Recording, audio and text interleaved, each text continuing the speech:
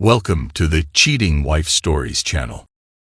I like to be overbearing. Since college, I have constantly been involved in conflicts and disputes. I like to defend my position and point of view. This gave me the confidence and cunning to achieve my goals. But I never thought that my skills would be useful when divorcing my unfaithful wife. My name is Stephen. Kathleen is my wife, with whom we have been together for 15 years. During this time, we had 2 children, a 7-year-old boy and a 15-year-old girl. I consider myself overbearing and strict with strangers, but for my family, I am gentle and caring. I can raise my voice in rare cases, solely for educational purposes. I have a well-shaped and toned body. I regularly go to the gym to keep fit. I like it. My wife, Kathleen, is a petite brunette with brown eyes. She also regularly looks after herself. She has a toned figure, gorgeous features, and an equally delicate and smooth body. Kathleen was afraid that with the birth of children she would lose her slimness, but I think she only got better. I don't know if it's good or not because, due to her confident appearance, some guys are constantly hitting on her, which gets on my nerves. I've lashed out at Kathleen a few times upon discovering she was interacting with someone. I am extremely jealous and don't know what to do about it. If a man stands next to my wife for more than a minute, I literally start shaking. It's not that I don't trust Kathleen, it's just my nature. Years went by, and I continued to struggle with my inner anger, trying to tame it. I can't say I've completely overcome it, but I haven't given up. During our 15 years together, Kathleen only encountered my bouts of jealousy a few times. She knew what I was capable of, and this knowledge came in handy when some brash individuals tried to make her dance on the dance floor in my absence while we were relaxing with friends, and I was supposed to arrive later. Despite her refusals, they acted aggressively and even pulled her onto the dance floor just as I returned to the club with a friend. "Did you really think you could get away with this insolence?" I asked one of them during the first incident. My intervention was immediate. I defended Kathleen, showing that man his place before he could make another move on the dance floor. I hit him hard on the head, and he realized that joking with me was a bad idea. After that, Kathleen and I decided to leave, and I realized I tolerate no disrespect. This incident made me wonder why Kathleen allowed it to happen.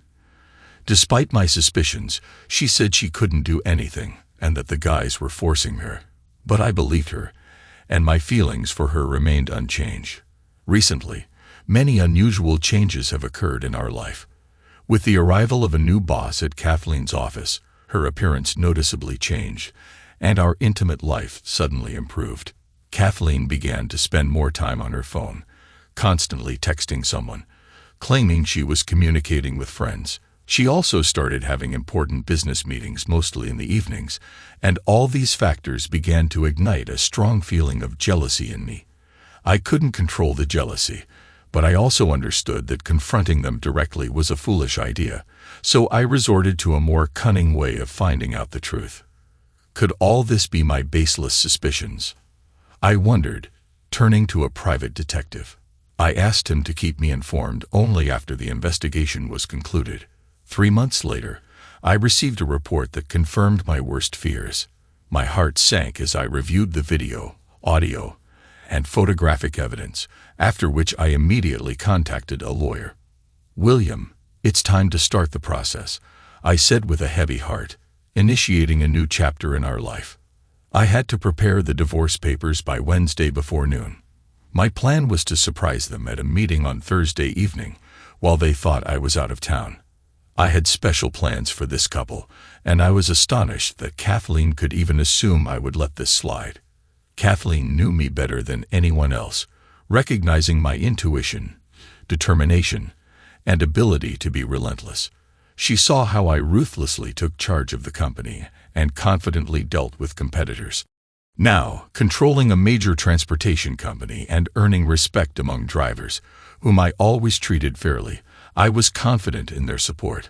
I provided Kathleen with everything she needed and treated her like royalty, which she was well aware of, telling all her friends and relatives about my care. Nonetheless, the question remained. Why did she risk everything for a fleeting affair with her boss? My wife seemed to think I was on a business trip, based on her conversation with her boss about being available that evening. Thanks to software from the private detective agency, I could monitor her messages and calls, confirming my suspicions. I found out which restaurant and what time their romantic date was scheduled. My determination and sense of betrayal only intensified after seeing how she behaved and relishing her boss's audacity. My plan was clear: to wait until they let their guard down and then suddenly appear with the divorce papers. I knew Kathleen would not want a divorce, loving me and our children, but I also understood that my actions would forever change her life. At that moment, I was full of determination. All I dreamed of was to make her feel at least a fraction of the pain she had caused me. Certainly, some could reasonably argue for forgiveness and letting go of grievances, especially considering our children throughout our 15-year marriage. But I noticed that my jealousy and alpha male instincts wouldn't allow me to just let go of the situation. I categorically refused to tolerate another man being close to my wife, aiming to keep her as a loyal partner. Despite all my love for her and the pain I was going through, I realized that I could never again see or touch her the same way as before. In standby mode, I watched and waited for the signal to know when to act. So on one Thursday evening, I received a sign. They sat in a restaurant and ordered drinks. I was ready. Exiting the car and entering the restaurant, I exchanged smiles with the hostess and, holding back my anger, began to act according to plan. My wife was sitting at the table in an elegant cocktail dress that accentuated her figure, and it was driving me crazy, especially because she never wore such a thing for me. I was confused and upset by her behavior. Why did she do this? It was madness. It seemed like she wanted to look charming for her companion, which only intensified my anger. Approaching their table, I noticed how they were engrossed in each other, creating an adorably cute scene. Only when I pulled out a chair to sit at their table did they notice me. Kathleen's gaze was clouded with a mix of fear and guilt, something I had not noticed before. I, her spouse, found myself in an unfamiliar situation, while her boss just looked at me with dissatisfaction, apparently not realizing who I was. I started cheerfully. "Hello, Kathleen. How's your date going?" I asked with a smile. "What brings you here? Thought you wouldn't be around." She hesitated, trying to find the right words, and began. "Richard invited me to dinner to talk about changes in the organization." "Join us," she responded softly, not losing her politeness. Quickly gathering herself, she stood up just as my order arrived. Ignoring her words, I proposed a toast. "Let's drink to an exciting evening." Then I turned to Richard. "You know, Richard, our marriage is built on honesty and trust. Are you married?" "Yes, Stephen. I've been married for 20 years, and I highly value my marriage." "I agree with you that honesty and trust are the foundation of any marriage," he said without a hint of doubt. Kathleen confirmed that trust and honesty are key to our happiness, despite the clearly business nature of the meeting. "You see, Richard, our marriage is strong," I said, showing care for Kathleen and her fidelity. Clearly annoyed, they tried to restore a professional atmosphere. "How long have you been seeing each other?" I asked, keeping my smile. Kathleen tried to take control of the situation, assuring that it was purely a business meeting. Her colleagues supported her, affirming the professional boundaries of the meeting and apologizing for any possible misunderstanding. The way they tried to justify their meeting amused me immensely. In the softly lit shadow of the restaurant, I began with an apology, trying to soften my voice. "I apologize, but it seemed to me you've never invited my wife on dates, right? This is just a business meeting, as you said, Richard. There's really nothing going on between you." Richard nodded, assuring me that the meeting with Kathleen was strictly professional. "Yes, that's true," he confirmed. "There's nothing between us but work." And I wanted to confront him right there in the restaurant, but I restrained myself. My heart was filled with doubts, but I decided to ask the question that could clarify everything. Kathleen hurried to reassure me. Darling, it's really just work matters. I would never give in to the advances of another, especially with my boss. Don't be so jealous. Her words seemed sincere, but I couldn't shake off the feeling of jealousy, looking at her in a sparkling dress next to an attractive man. Do you understand why I might feel this way? I tried to explain, as Richard friendly placed a hand on Kathleen's back, seemingly trying to comfort her. Just for him touching my wife, I felt entitled to take action. Suddenly, the atmosphere of our conversation changed when I signaled a stranger at the bar. Approaching our table, he handed me a folder with photos and then quickly disappeared. Spreading the photos on the table, I turned to Kathleen with sadness in my voice. Kathleen, I have always loved you with all my heart. But now, with these proofs before me, my heart is broken, I said with a hint of sarcasm. Kathleen froze, seeing the photos, her eyes widening in horror. Richard started demanding explanations, but I simply asked him to be quiet. Flipping through the photos, I couldn't resist making ironic remarks. See, Kathleen, you look so beautiful. And Richard, it seems, is utterly thrilled. I think this is the most successful photo. It shows your faces and how you enjoy the process. Richard, I see you are incredibly fond of my wife, aren't you? Thus unfolded this dramatic scene, revealing the secret connections and passions hidden behind the mask of business relations. In the restaurant, the atmosphere became tense to the limit. Kathleen could no longer hold back her tears and desperately begged me to stop. Noting that the attention of those around was focused on our table, I tried to speak softer, not to attract unnecessary attention in such a public place. Feeling uncomfortable myself that all this had to be discussed in such an atmosphere, she said, "You understand what this looks like, right? There's only one way out of this situation." Swallowing her tears, she continued. I looked at her with mild surprise and calmly replied, "So you're planning to keep lying? But let me show you something." I laid out the evidence on the table. Hours of video recordings, text messages, emails, and photographs. I never thought you were capable of this. It hurts, and I spent a tremendous amount of resources to gather all this. Legally, I continued, looking her straight in the eye. Tonight it all ends. These are the divorce papers, I said, handing her the documents. Your affair with another has destroyed our marriage and killed my love for you. You have caused me a pain that I cannot forgive.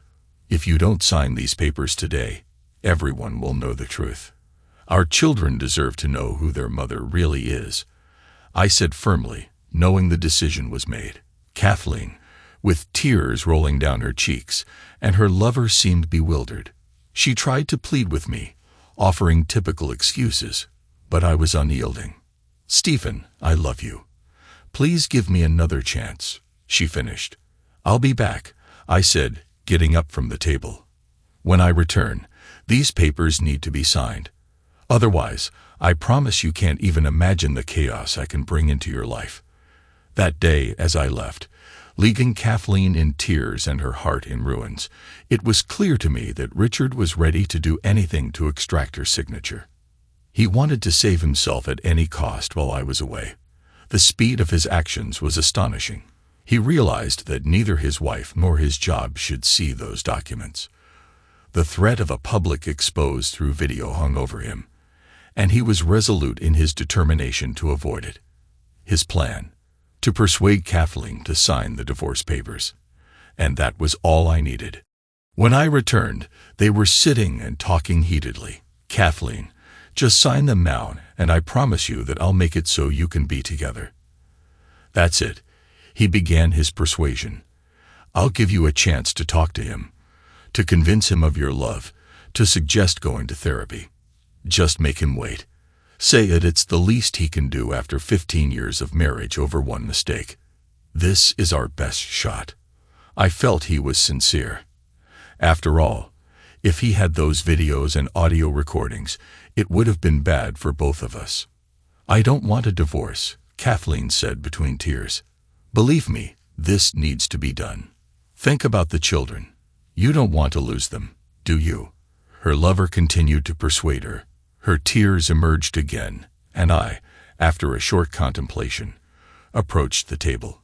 "So did you sign the papers?" I asked with sadness in my voice. She met my gaze and whispered, "Darling, I'll do anything you ask, including signing those documents. But please, give me a week before making any final decisions.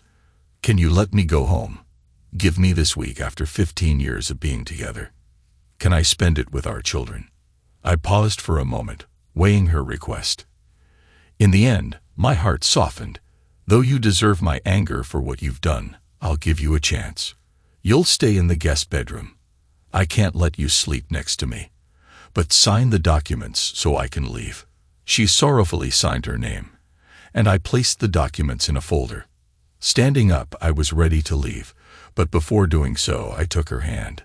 She smiled briefly before realizing I was removing her wedding rings and leaving mine on the table, carelessly tossing it into her glass of wine. Her eyes filled with tears, but I couldn't hide a smile, seeing her begin to understand my pain. Turning to Richard, I said, "Now she's yours. Do as you wish. But remember, Richard, you intruded into my family, broke our marriage, and risked a lot. Your fate is now in my hands. Don't dare to mess with me. You're very lucky I didn't follow through with my initial plans. This is not the end." Richard nodded silently as I stood over him, evidently submissive. He was in my hands, and I relished that I could manage him as I pleased. Yet I chose not to stray from my initial self-image. I wondered if they still desired anything after I left. I was about to leave when suddenly Kathleen grabbed my hand. She pleaded with me, asking if she could come home with me. "I just want to be near you, please," she begged. I jerked my hand away as if it burned me and coldly replied, "Forget it. I don't want to be seen in your company. You're at a business meeting today. Let's meet after you finish your affairs, be it tonight or tomorrow. I don't care. You have a week. You disgust me, and I'm ashamed to have ever been your husband. Yes, I made a mistake, but frankly, I don't care." I kept my emotions under control and took pride in being able to contain my anger like a real man, because no matter how menacing a man might appear, he must remain human. Give her a week. Let's see what happens next. The next morning, after she came home an hour after our conversation, Kathleen seemed to realize that I was not in the mood for a calm dialogue and went to the guest room. When we met in the kitchen, still thirsting for revenge, I continued in the same vein. "Good morning. How is my unfaithful wife today? You don't mind if I call you that now, do you?" I asked with irony.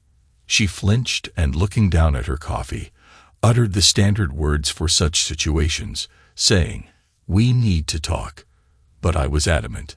"Kathleen, I know all about your affairs, how you deceived me and said all sorts of things about me and our marriage to him. I saw how you tried to impress him while you never gave me such attention." Crying, she tried to explain, saying she never intended to hurt me. But I replied, "The problem isn't infidelity, Kathleen. The problem is that you chose this and tried to hide it by continuing to lie. It disgusts me to think about how many others there might have been like him. How could you lie and come back to me pretending nothing happened?" Kathleen talked about love.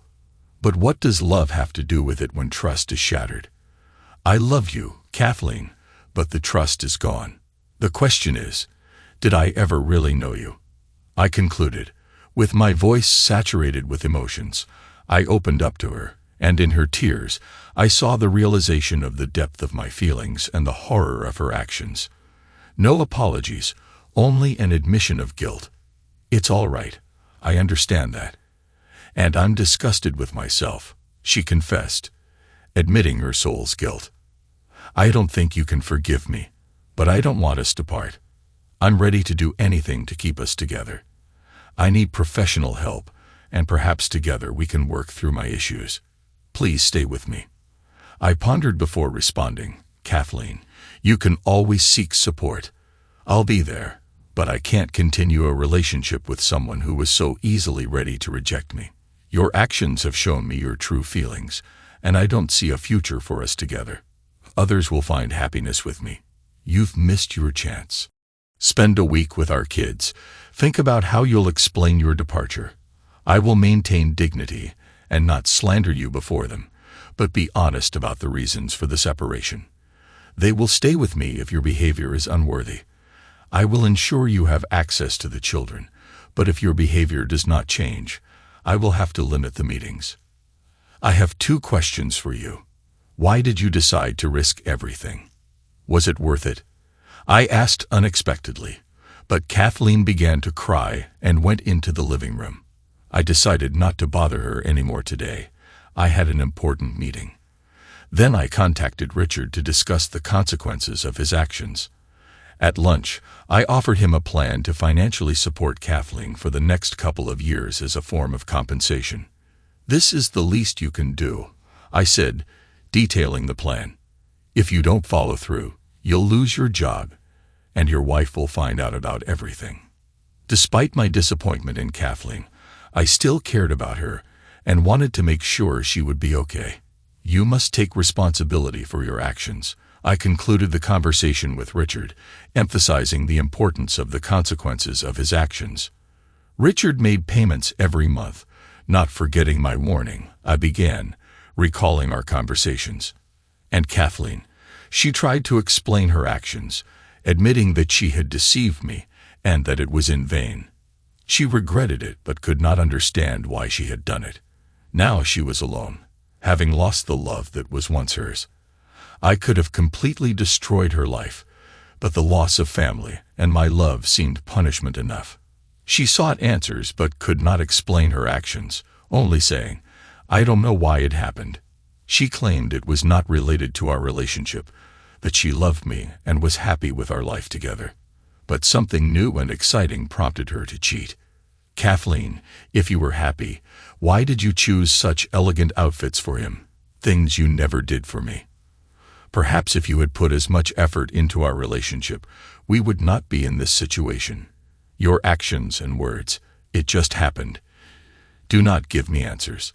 You say you love me, but your actions suggest otherwise. I hope one day you can explain this to me sincerely. After the divorce, the children stayed with me, and I, along with my ex-wife's lover, helped her get back on her feet. I did not want her to hit rock bottom because I understood that everyone makes mistakes, but it's always important to understand that every action has consequences, which can be far more destructive. I'm glad I was able to not give in to emotions and make the right decisions. Thanks to everyone who took the time to listen to today's stories. If you enjoyed it, please consider liking and subscribing if you haven't already. Feel free to share your thoughts on the events in the comments below. Take care.